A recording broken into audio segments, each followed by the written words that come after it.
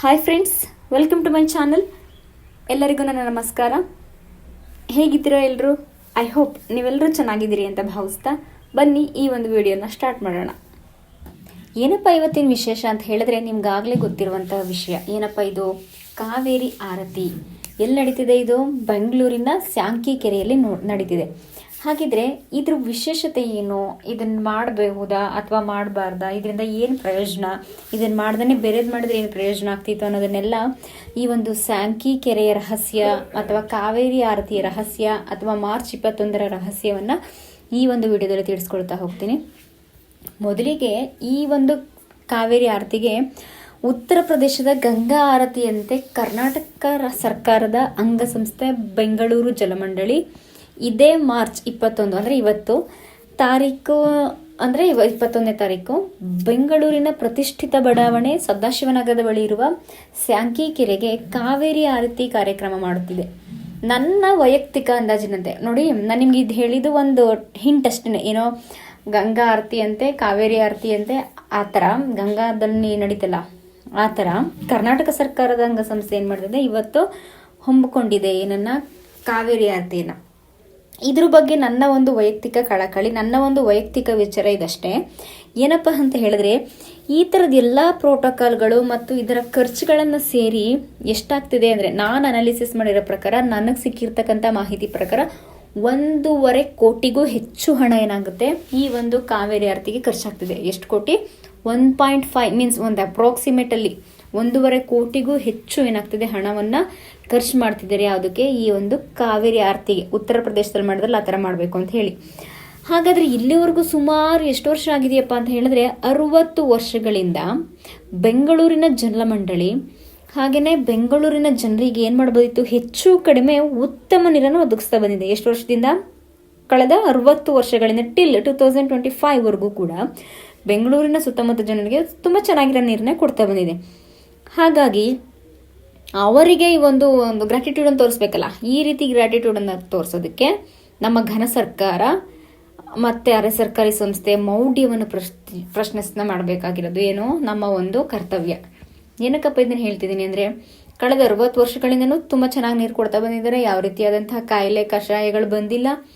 ಹಾಗೇನೆ ಇದನ್ನ 1.5 ಕೋಟಿ ಖರ್ಚು ಮಾಡ್ತಾ ಬಂದಿದೆ ಅಂತ ಹೇಳಿದ್ರೆ ನಮ್ಮ ಹುಬ್ಬು ಸ್ವಲ್ಪ ಏರಿಸ್ಕೊಳ್ಳೇಬೇಕಾಗುತ್ತೆ. ಏನಕ್ಕಪ್ಪ ಅಂತ ಹೇಳಿದ್ರೆ, ಹೌದು, ನೀರಿಗೆ ಗೌರವ ಸೂಚಿಸಬೇಕು, ನೀರಿಗೆ ಭಕ್ತಿಯಿಂದ ಪ್ರಣಾಮನೂ ಕೂಡ ಮಾಡಬೇಕು, ಹಾಗೆಯೇ ನೀರಿನ ದುರುಪಯೋಗವನ್ನು ಕೂಡ ತಡಿಬೇಕು, ಹಾಗೆಯೇ ನೀರಿನ ಸದುಪಯೋಗದ ಜಾಗೃತಿಯನ್ನು ಮೂಡಿಸ್ಬೇಕು. ಅದ್ರ ಜೊತೆಗೆ ಜಲಪ್ರತಿಜ್ಞೆಯನ್ನು ಕೂಡ ನಾವೇನು ಮಾಡಬೇಕು, ಬೋಧಿಸ್ಬೇಕು. ಈ ಒಂದು ಸಾಮಾನ್ಯ ಸಹಜ ಆರತಿಗಿಂತ ಸಾವಿರಾರು ಆರತಿಗಳು ಹೆಚ್ಚು ಶಕ್ತಿಶಾಲಿಯೇ. ಅಂದರೆ ಇದನ್ನೆಲ್ಲ ಒಬ್ಬೊಬ್ರು ಹೋಗಿ ನಿಂತ್ಕೊಂಡು ಮಾಡೋಕ್ಕಾಗಲ್ವಾ, ಅಥವಾ ನಾವು ನಿಂತ ಸ್ಥಳದಲ್ಲೇ ಮಾಡೋಕ್ಕಾಗಲ್ವಾ? ಎಲ್ಲರೂ ಒಗ್ಗೂಡಿಸ್ಕೊಂಡೇ ಆರತಿಗಳನ್ನು ಮಾಡಬೇಕಾ? ಇದರಿಂದ ಗಂಗಾ ಮಾತೆಯನ್ನು ನಾವು ತೃಪ್ತಿಪಡಿಸಬಹುದೇ? ಅಥವಾ ಬೆಂಗಳೂರಿನಲ್ಲಿ ಯಾವತ್ತಿಗೂ ಕೂಡ ಜಲಕ್ಷಾಮ ಬರದಂತೆ ನಾವು ತಡೆಯಬಹುದೇ? ಅಥವಾ ಮೇಕೆದಾಟು ಯೋಜನೆಗಿಂತ ಇದು ಶಕ್ತಿಶಾಲಿಯೇ? ಅಥವಾ ಸಾವಿರಾರು ಆರತಿಗಳಿಂದ ಜನರನ್ನು ಆಕರ್ಷಿಸಿ ಈ ರೀತಿಯ ಒಂದು ಕಾರ್ಯಕ್ರಮದ ಮೂಲಕ ನೀರಿನ ಸದುಪಯೋಗದ ಬಗ್ಗೆ ಅರಿವು ಮೂಡಿಸುವುದರಲ್ಲಿ ಯಶಸ್ವಿಯಾಗಬಹುದೇ?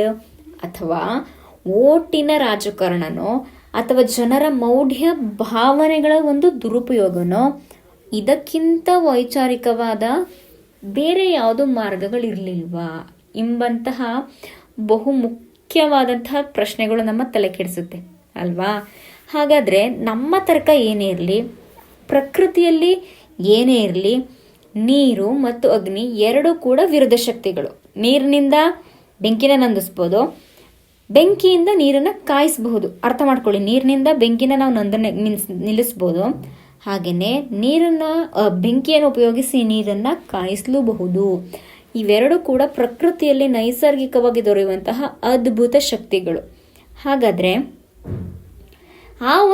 ನನ್ನ ಪ್ರಶ್ನೆ, ಆ ಒಂದು ಸ್ವಚ್ಛಂದದ ನೀರಿಗೆ ದೀಪಗಳೆಂಬ ಬೆಂಕಿ ಉಂಡೆಗಳನ್ನು ಹಚ್ಚಿ ಸಂಭ್ರಮಾಚರಣೆಯನ್ನು ಮಾಡೋದ್ರಲ್ಲಿ ಅರ್ಥವಿದೆಯಾ? ಯಾವುದಾದ್ರೂ ಅರ್ಥ ಇದೆಯಾ?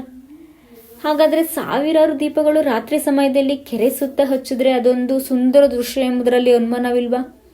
ಅದರ ಅವಶ್ಯಕತೆ ಇದೆಯಾ? ಈ ಬಗ್ಗೆ ಸ್ವಲ್ಪ ಏನು ಮಾಡ್ಬೇಕು, ನಾವು ಯೋಚನೆಯನ್ನು ಮಾಡ್ತಾ ಹೋಗಬೇಕು. ನಾನು ಏನಕ್ಕೆ ಈ ಥರ ವಿಷಯಗಳನ್ನ ಹೇಳ್ತಾ ಇದ್ದೀನಿ, ನೀವು ನನಗೆ ಬೈಕೋಬೋದು, ಇದನ್ನು ಮಾಡೋದ್ರಿಂದ ನಿನ್ಗೇನು ಪ್ರಯೋಜನ, ಅಥವಾ ಇದನ್ನು ಮಾಡಿದ್ರೆ ಹಾಗೆ ನಮ್ಮ ಒಂದು ಕಲ್ಚರು ಅದು ಇದು ಅಂತ. ಅದ್ರ ಬದಲಾಗಿ ಬೇರೆ ಏನಾದರೂ ಮಾಡದಿದ್ರೆ ಆಗ್ತಿರ್ಲಿಲ್ವಾ? 1.5 ಕೋಟಿ ಹಣ ಖರ್ಚು ಮಾಡಿ ಇಷ್ಟನ್ನು ಮಾಡೋದಕ್ಕಿಂತ ಅದ್ರ ಜೊತೆಗೆ ಆ 1.5 ಕೋಟಿನ ಖರ್ಚು ಮಾಡಿ ಆ ಕೆರೆ ಸುತ್ತಮುತ್ತ ಏನಾದರೂ ಬೆಳವಣಿಗೆಗಳನ್ನ ಮಾಡ್ಬೋದಿತ್ತಲ್ವಾ, ಉದ್ಯಾನವನ ಮಾಡ್ಬೋದಿತ್ತು, ಹಾಗೆಯೇ ಹಸಿರು ಗಿಡಗಳನ್ನ ಬೆಳೆಸ್ಬೋದಿತ್ತು, ಒಂದು ತುಂಬ ಸ್ವಚ್ಛಂದವಾದಂತಹ ಒಂದು ಸಿಂಪಲ್ ಆಗಿ ಕಾಡನ್ನೇ ಸೃಷ್ಟಿ ಮಾಡ್ಬೋದಿತ್ತು. ಅದರಿಂದ ಮಳೆಗಳು ಚೆನ್ನಾಗಾಗ್ತಿತ್ತು, ಅದ್ರ ಸುತ್ತಮುತ್ತ ವಾತಾವರಣನೂ ಚೆನ್ನಾಗಾಗ್ತಿತ್ತು, ಹಾಗೆಯೇ ಆ ನೀರಿಗೆ ಹೋಗ್ತಕ್ಕಂಥ ಒಂದು ಜನಪ್ರಿಯತೆ ಪ್ರಸಿದ್ಧ ಒಂದು ಪ್ರವಾಸಿ ತಾಣ ಆಗ್ತಿತ್ತು. ಅದರಿಂದ ಮತ್ತೆ ಹಣವನ್ನು ವಾಪಸ್ಸು ನಾವು ತೆಗಿಬೋದಿತ್ತು, ಅದನ್ನು ಬೇರೆ ಕಡೆಗೆ ಇನ್ವೆಸ್ಟ್ಮೆಂಟನ್ನು ಕೂಡ ಮಾಡ್ಬೋದಿತ್ತು. ಅದನ್ನೆಲ್ಲ ಬಿಟ್ಟು ಈ ಒಂದು ಆರತಿಯನ್ನು ಮಾಡ್ತಾ ಹೋಗಿದ್ರೆ ಏನು ಪ್ರಯೋಜನ ಆಗಲ್ಲಪ್ಪ ನನ್ನ ಪ್ರಕಾರ. ಯಾಕಂದರೆ 60 ವರ್ಷಗಳಿಂದನೇ ಏನೂ ಪ್ರಾಬ್ಲಮ್ ಆಗಿಲ್ಲ.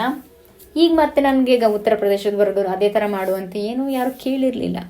ಇದೇನಪ್ಪ ಹೇಳ್ತಿದೆ ಅಂದರೆ ದುಡ್ಡನ್ನು ಯಾವ ರೀತಿಯಾಗಿ ಅನ್ವೆಸ್ಟು ಮತ್ತು ವ್ಯರ್ಥ ಮಾಡ್ತಿದ್ದಾರೆ ಅನ್ನೋದ್ರ ಬಗ್ಗೆ ತಿಳಿಸ್ತಾ ಹೋಗುತ್ತೆ ಈ ಒಂದು ವ್ಯವಸ್ಥೆ.